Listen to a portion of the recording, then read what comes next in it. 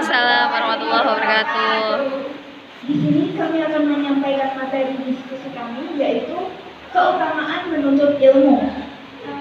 Materi pertama akan disampaikan oleh teman saya, yaitu Pak Winan. Ya, bismillahirrahmanirrahim. Jadi poin yang pertama itu, pentingkah menuntut ilmu? Jawabannya sangat penting. Nah, sesuai firman Allah dalam surat Al-Mujadalah ayat 11. Sebentar, saya bacakan.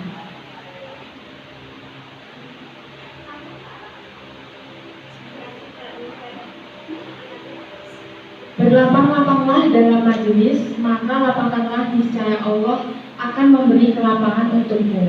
Dan apabila dikatakan, berdirilah kamu, maka berdirilah.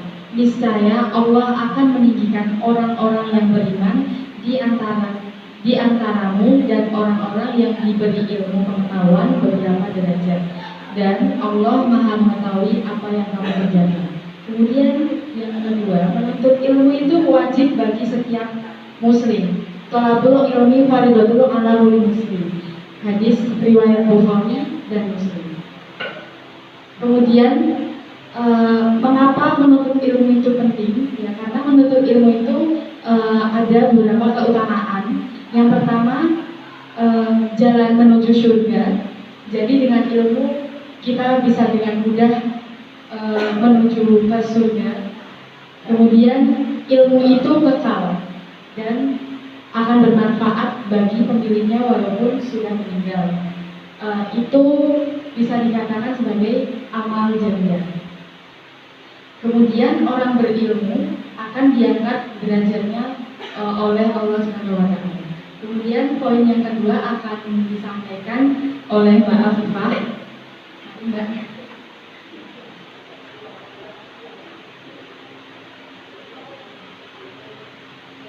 Oke, di sini saya akan menyampaikan materi yang kedua, yaitu cukupkah belajar atau menuntut ilmu lewat media sosial atau media elektronik saja? Jawabannya belum cukup. Kenapa? Karena alasannya yang pertama, medsos itu belum tentu benar. Jadi, kita tidak boleh menerima informasi yang kita dapatkan dari media sosial seperti YouTube, Instagram, Facebook, Google, dan lain-lain.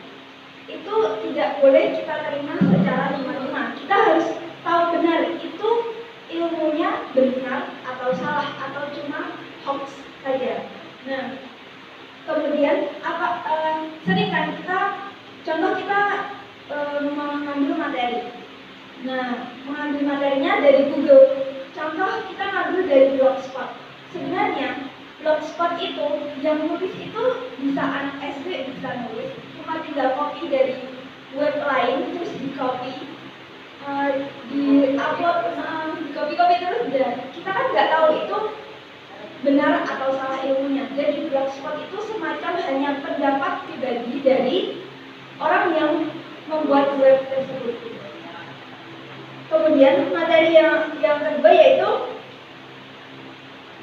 tidak terjadi komunikasi dua arah. Jadi kalau kita hanya belajar melalui medsos ataupun melalui HP kita, itu kan kita cuma mantengin HP aja kan, kita nggak berinteraksi dengan orang lain. Jadi tidak terjadi komunikasi dua arah. Jadi kita tidak bisa bertanya dan gimana ya, tidak terjadi timbal balik. Iya, feedback. Terus kemudian poin yang ketiga yaitu perlukah teman dalam menuntut ilmu? Jawabannya sangat perlu. Kenapa? Karena yang pertama itu bisa memotivasi kita. Kita menuntut ilmu itu kita ada yang memotivasi kita untuk terus belajar dan berkembang seperti itu.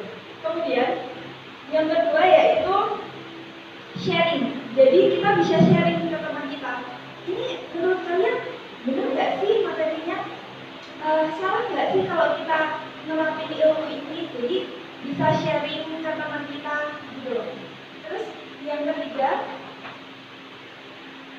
saling mengingatkan. Saling mengingatkan di sini bisa saling mengingatkan dalam kebaikan.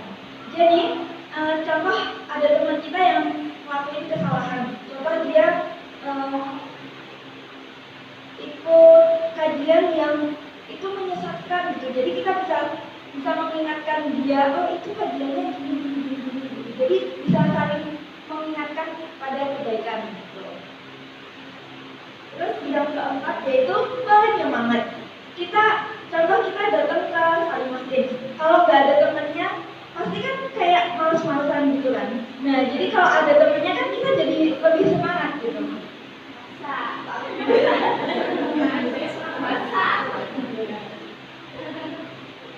Ya mungkin itu yang bisa kami sampaikan.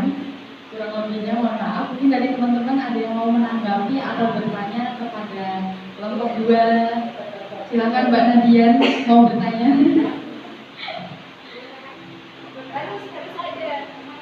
Harus ada yang tanya. Baik nanti tanggapan atau mungkin pertanyaan Di komunikasi. ya.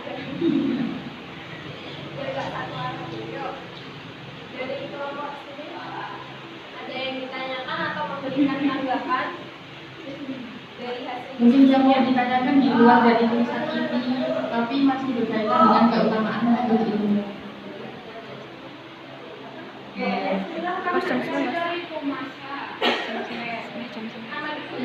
Nama Ibu Jana. Saya mau bertanya, apakah ada batasan umur atau usia dalam menuntut ilmu?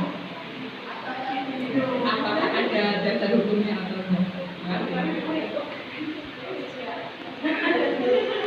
Biasanya teman yang lain mungkin yang belum bersuara boleh menambahkan atau bantu jawab juga boleh. Saya akan menjawab jawaban dari Mbak. Kalau menurut saya sih sebenarnya tidak ada batasannya.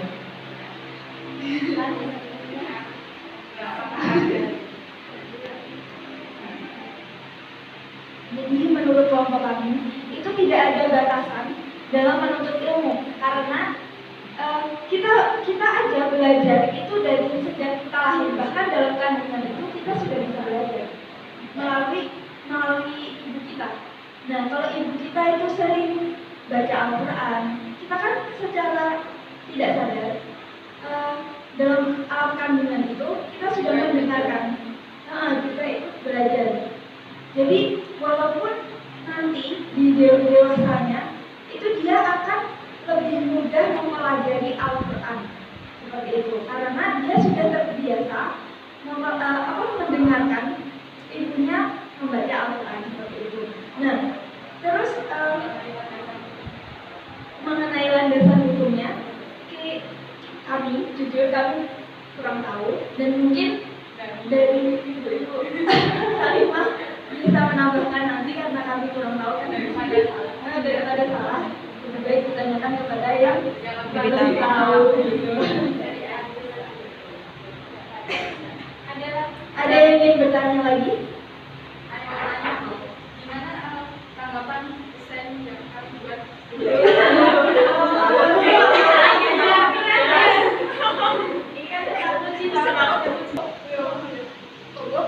Oke, sekian dari presentasi dari kelompok kami. Kurang lebihnya mohon maaf. Wassalamualaikum warahmatullahi wabarakatuh. Ya, luar biasa presentasi dari kelompok 2 ya. Sepertinya sudah cocok untuk jadi materi ya. Iya kan? Soalnya teman-teman di sini diskusinya sangat hidup ya. Oke, jadi sedikit tadi yang bisa saya simpulkan dari teman-teman kelompok 2. Tadi kan membahas tentang materi keutamaan penuntut ilmu ya. Nah, kata Allah dalam surat Al-Alaq gimana? Iqra, gitu kan? Iqra itu adalah baca juga menuntut ilmu, gitu. Terus tadi saya dengar di situ, saya baca juga di situ kan ada salah satunya menuntut ilmu itu adalah jalan untuk masuk surga. Nah, benar. Kenapa kok seperti itu? Kata ayatnya. Dan juga apa? Allah itu memberikan pahala orang yang berilmu itu setara dengan orang-orang yang berjihad, gitu. Kalau teman-teman di sini dan jangan sedih. Ketahuilah bahwa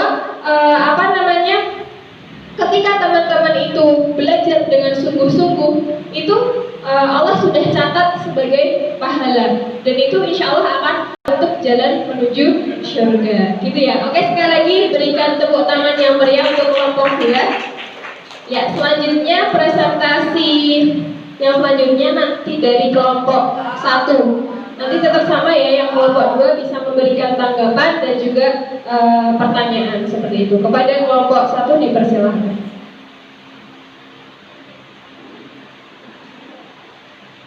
Semuanya maju.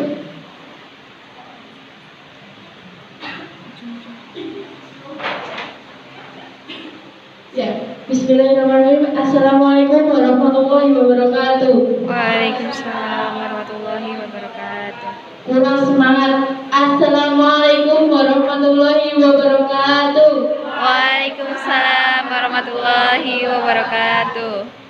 Ya, di sini kami dari kelompok 1 akan mempresentasikan materi tentang menutup aurat bagi seorang muslim.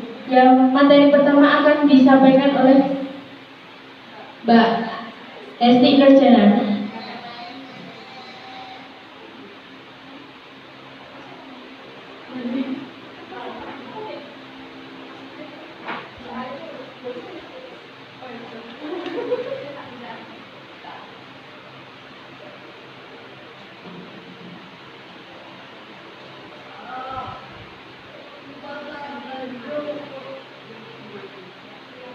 Dasar hukum menutup aurat bagi seorang muslim yaitu yang pertama, dalam Quran surat Al-A'raf ayat 27 dan ayat 28.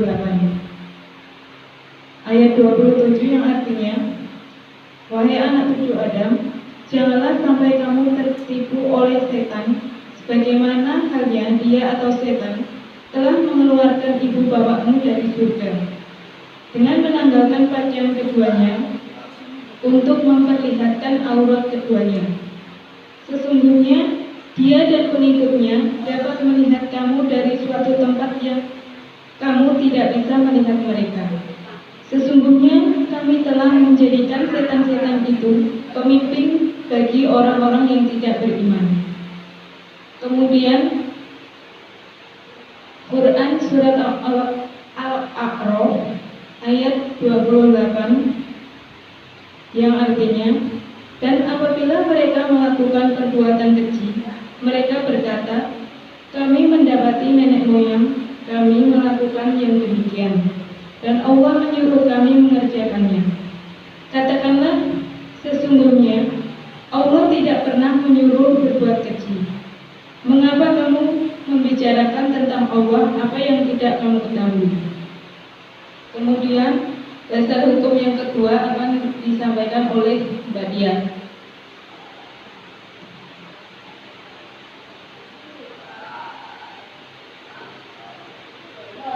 Yang kedua adalah Quran surah Al-Azhar ayat 59 yang artinya, wahai Nabi, katakanlah kepada istri-istrimu, anak-anak perempuanmu, dan istri-istri orang mukmin, hendaklah mereka menutupkan jilbabnya ke seluruh tubuh mereka. Yang demikian itu agar mereka lebih mudah untuk dikenali, sehingga mereka tidak diganggu. Dan Allah Maha Pengampun, Maha Penyayang. Yang ketiga, An-Nur ayat 31.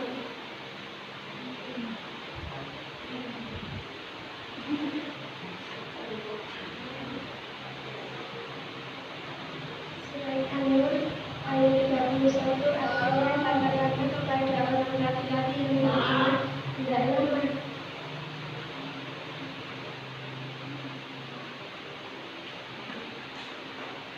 katakanlah kepada para perempuan yang beriman agar mereka menjaga pandangannya dan memelihara kemaluannya, dan jagalah menampakkannya perhiasannya atau auratnya, kecuali yang atau biasa terlihat, dan hendaklah mereka menutup kain berhubung ke dadanya, dan jagalah menampakkan perhiasannya atau auratnya, kecuali kepada suami mereka atau ayah mereka atau ayah suami mereka atau putra-putra mereka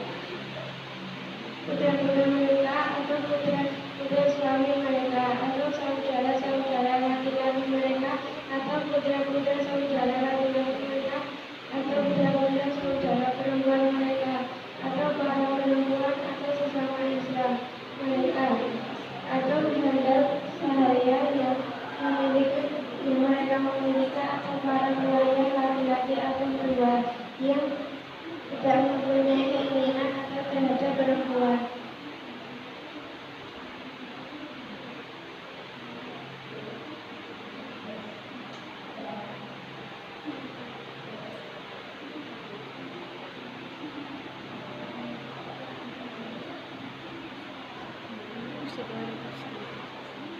Mereka atau hamba sahaya yang mereka miliki ada para nelayan laki-laki atau dua yang tidak mempunyai keinginan atau terhadap perempuan atau anak-anak yang belum mengerti tentang aurat perempuan dan jikalau mereka memintakan artinya atau diketahui perhiasan yang mereka sembunyikan dan bertobatlah kamu sehingga kepada Allah wahai orang-orang yang beriman agar kamu beruntung.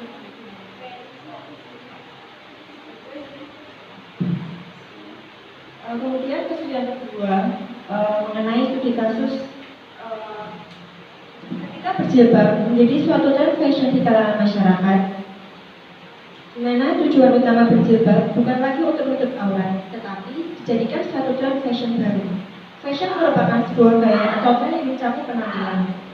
Nah, di sini kami disuruh memberikan pendapat bagaimana pandangan kelompok kami mengenai jilbab yang benar sesuai dengan syariat.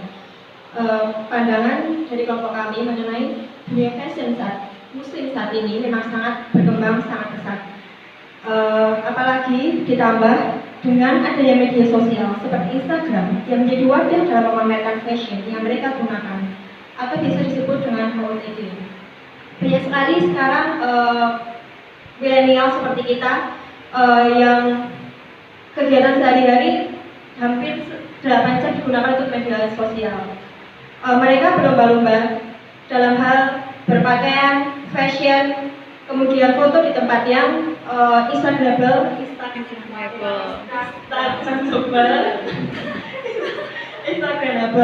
Nah, tujuan mereka ya ingin menambah followers, ingin terlihat wow, ingin terlihat menarik di antara yang lainnya.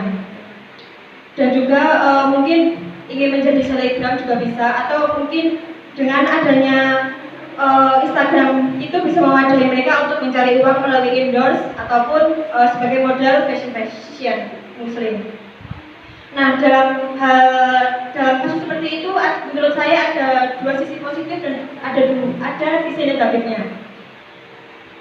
Sisi positifnya yaitu yang pertama, menarik muslimah yang belum berjilbab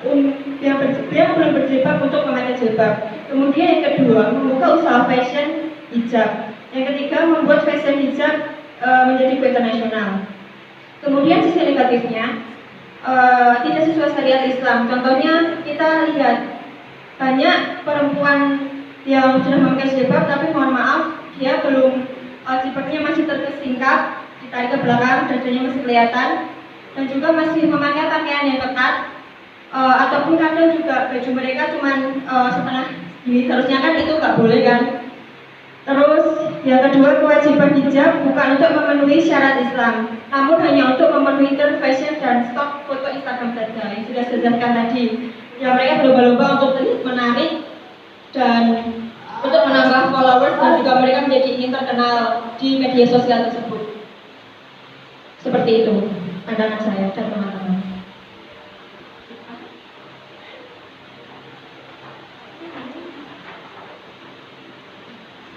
Kemudian hikmah menutup aurat bagi seorang muslim. Yang pertama, mendapatkan pahala dari Allah Subhanahu wa taala. Yang kedua, menghindari diri dari perbuatan dosa dan maksiat mengumbar aurat. Yang ketiga, menjalankan perintah Allah. Yang keempat, mencegah gejolak syahwat dari lawan jenis atau sesama jenis. Yang selanjutnya, menghindari fitnah utamanya dari zaman sekarang ini. Kemudian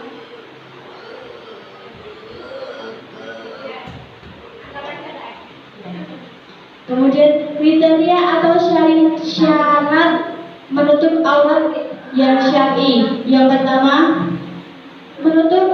menutupi seluruh tubuh kecuali yang tidak wajib ditutupi. Yang kedua, tidak berfungsi sebagai perhiasan. Yang ketiga, kainnya tebal, tidak tipis atau sembrowong atau transparan. Sembrowong tahu ya? Ya, tembus radang. Ya, kemudian lebar dan tidak ketat atau menampakkan bentuk tubuh. Yang selanjutnya tidak diberi pewangi atau parfum. Yang selanjutnya tidak menyerupai pakaian laki-laki. Demikian presentasi dari kelompok kami. Mungkin ada pertanyaan dari kelompok 2. Silakan Mbak Vina, Mbak Isa, Mbak Arel, Bapak yang lain monggo. Atau mungkin dari ibu-ibu mau menanggapi dari presentasi kami atau mau menambah. Oh, bisa.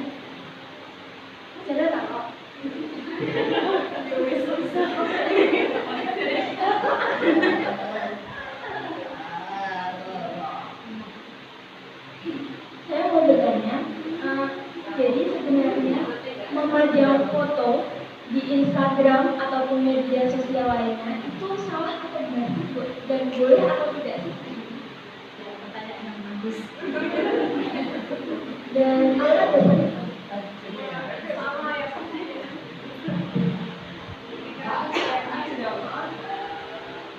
Bagus sekali pertanyaan Mbak Aisyah Nur Afifah. Aisyah. Iya. Tadi mengenai apakah boleh nggak sih memajang foto di Instagram?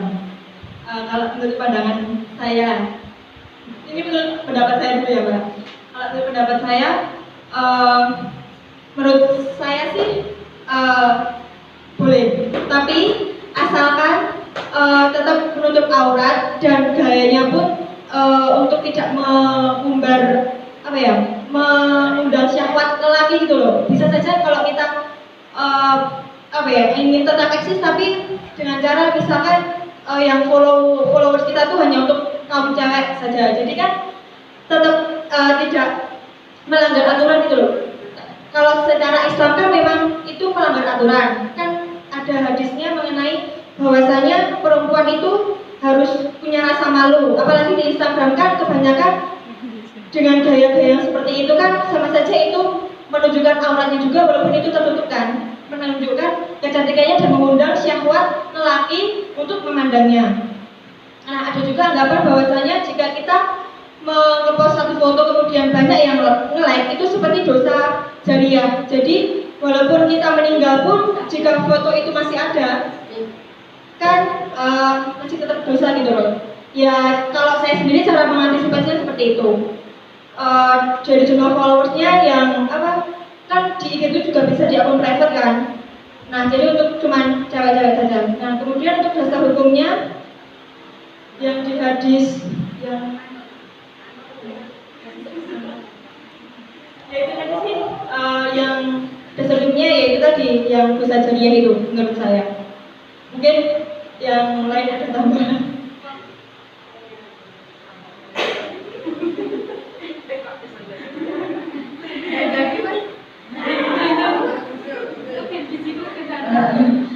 Kalau dari aku sih bukan pertanyaan ya, tapi lebih ke pendapat dari kelompok kalian.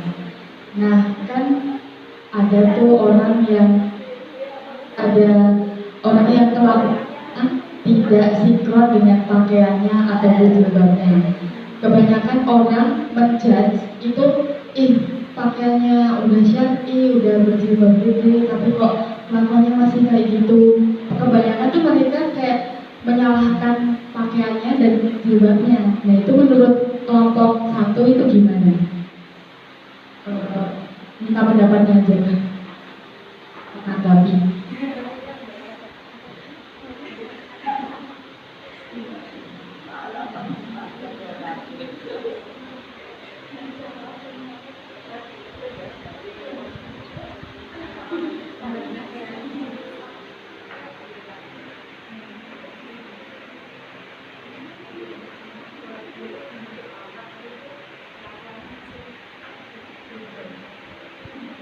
Ya, kalau saya melihat seperti itu, kan itu udah Kembali ke orangnya. jadi, tapi perbuatannya masih seperti itu lah, masih belum syar'i lah ibaratnya. Kalau saya melihatnya, terus ya saya berusaha untuk menegurnya, menegur dengan maksudnya dengan sopan ya, atau menasehati lah. Kalau berpakaiannya itu harus mencerminkan sesuai dengan perilakunya. Apabila yang kita nasihati tersebut itu masih gimana ya? Masih belum berubah atau gimana, kan setidaknya ada yang mengingatkan gitu. Jadi ya mungkin itu. Mungkin nanti Kan gini, manusia itu tidak ada yang sempurna. Kita itu kan kayak semisalnya yang orang itu lagi proses berhijrah kan, setiap orang tuh nggak bisa langsung misalkan kita ingin hijrah langsung baik semua itu nggak bisa. Jadi nggak ada yang instan loh, jadi tahap. Jadi kalau ada seperti itu ya kita dalam bahasa tadi menasihati dengan baik, jangan langsung menjudge bahwa dia tuh udah pakai gitu tapi kelakuannya gini gitu loh. Jadi jangan seperti itu gitu. Lagi dari Bu Hartini atau Bu Handa mau menambah? Saya Bu Handa. Sama Butin. Maaf Bu. Terlanjur ya, karena yang ditanya dari Bu Handa ya. Alhamdulillah ya, ini tadi saya dengarkan dan saya lihat itu sungguh luar biasa penjelasan semua itu sudah bisa kita kategorikan sebagai pemateri yang oke. Di sini saya hanya menambahkan pertama tadi dari yang tadi ya tampil di medsos itu ya bagaimana? Itu karena sekarang demikian ya adik-adik semua itu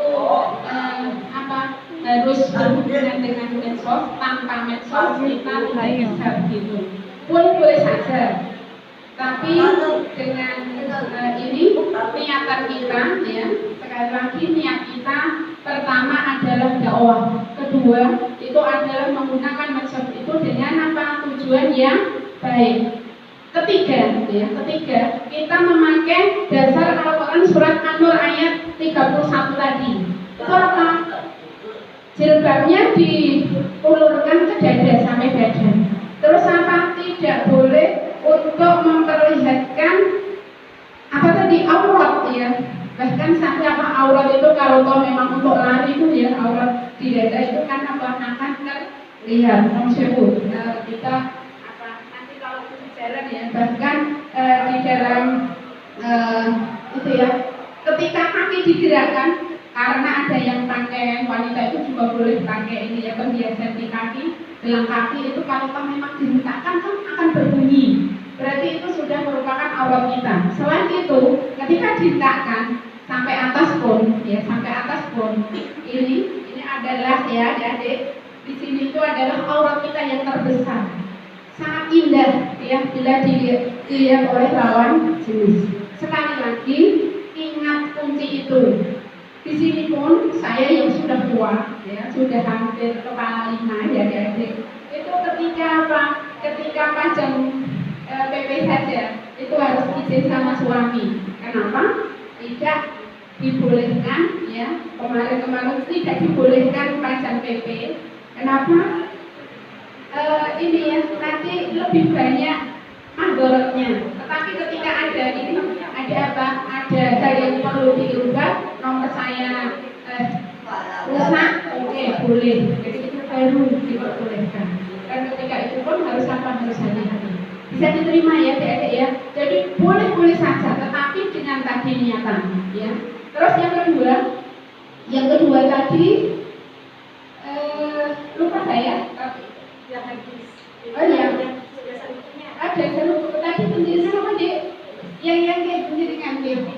Oke, Mbak Tina tadi apa? Oh iya, sudah ya. Tadi jawaban dari Mbak siapa Mbak? Mbak Ayu itu sudah oke. Kita itu memang apa di dalam ini belajar itu bertahap. Jadi itu yang kata saja kita kuliah itu tidak langsung kuliah dari TK, dari SD, SMP, SMA.